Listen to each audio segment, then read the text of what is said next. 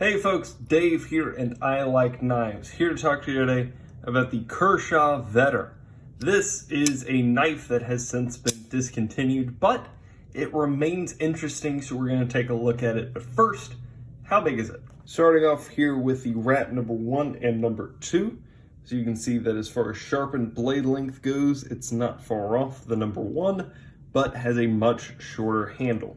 Next up here is the Delica and the Endura. Once again, you can see that it is overall length dwarfed by the Endura, but is not far off on sharpened blade length. Next is the Spyderco Paramilitary 2 and Para 3. You can see, once again, overall length dwarfed by the Para 2, but actually just a hair more in sharpened blade length. Last up are the Griptilians. So you can see right around the same size as a full-size Griptilian. As weird looking and interesting as this knife is, it's obviously gonna have a lot of gold. Unfortunately, there are drawbacks. It's gonna have some garbage too. First though, let's talk about the price, because that is a little bit later going to be a factor that comes up quite a bit. This is $25, putting it square in the middle of a lot of Kershaw's budget pieces, giving it a solid place in the overall market. Especially with this design, as interesting and weird as it is. I have a CRKT fossil somewhere around the place, but the handle scales look similar. In the FRN the FRN and the stainless steel underneath being given that hammered appearance. It makes it just visually appealing. The Kershaw logo is cut out of the FRN and is in print. That's a good touch. That's a very nice touch. The design is just interesting. The blade swoops up just a little bit in kind of a modified Wharncliffe fashion, a Wharncliffe Persian, but it swoops up just a little bit similar to a Spyderco Spidey Chef. It lets you get more of the blade in contact with a surface with your knuckles out of the way. Obviously, it does not do that as well as the Spidey Chef. Just a similar thought, it looks like to me, as far as the blade design goes. And it's incredibly thin. The blade length on this thing is going to be 3 1/4. The handle length is going to be 4 1/4, and the blade thickness is only 1/10 of an inch. It's incredibly thin. And with that Wharncliffe style, the flat grind, a little bit of swedge here up top just to give it visual attractiveness, makes it an incredible slicer. Cuts through stuff like stuff is being cut through. The pocket clip is well done as far as it is.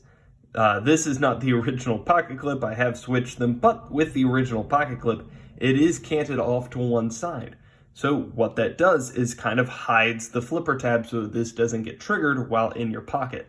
It hides it off to the side, gives a little ramp to go around it, deep carry, great pocket clip. The original is much thinner than this, which is why I switched it out for the spoon clip, which gives it its own problems, but it's a good pocket clip overall. The backspacer is the way that I want backspacers done.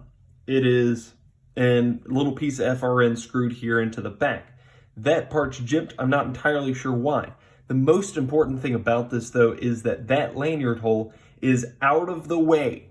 It is completely functional as far as lanyard holes go, but it is out of the way enough that if you don't want it, you don't have to care. It's not the most subtle out of the way lanyard hole I've ever seen, but it is out of the way, which is something that I greatly enjoy. And that just the swell there, presses into your hand just a little bit to keep that point from pressing in, which is well designed. It's a good backspacer. Because of the contouring of the handle and just the overall rounding, this is not going to be a thin boy in your pocket, by the way. But with the overall contouring, it makes it comfortable in the hand. Very good ergonomics. The jimping is well done. You can see that right there is just enough to give you the feeling, but not enough to eat your thumb. The swoop right there does another work in holding your thumb in good position.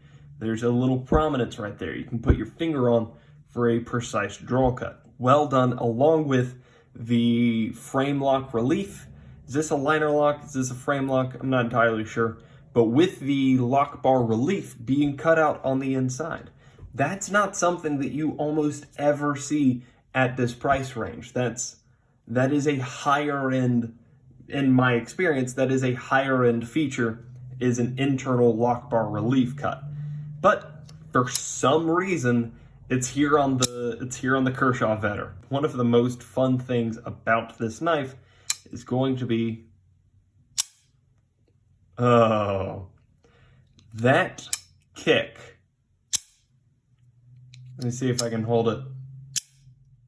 I hope you heard that. I hope you felt that, because this thing kicks, and it kicks hard. This is a fun knife to use. It's weird. It's interesting. It kicks like a mule. It's got these little spaces cut out on the little triangle right there on the blade itself, little triangle right there on the flipper tab. It's an interesting knife. It's well designed. It is not boring. One of the things that I talked about, I remember with the spleen and the Pico are both good knives, but they're just so boring. The Vedder isn't. The Vedder is not boring. Also does not have an internal lock stop pin, which I do appreciate. This is interesting. This is fun, and it just kicks, man. It just kicks. This is fun to play with.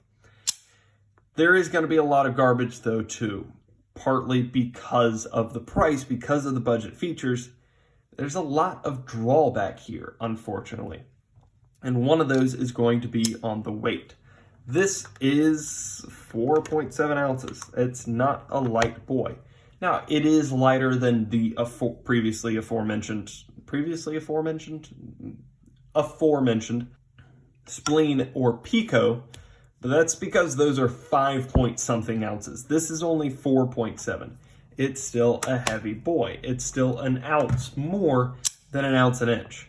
It's just heavy. There's no milling. It's pure stainless steel. It's just a thick boy.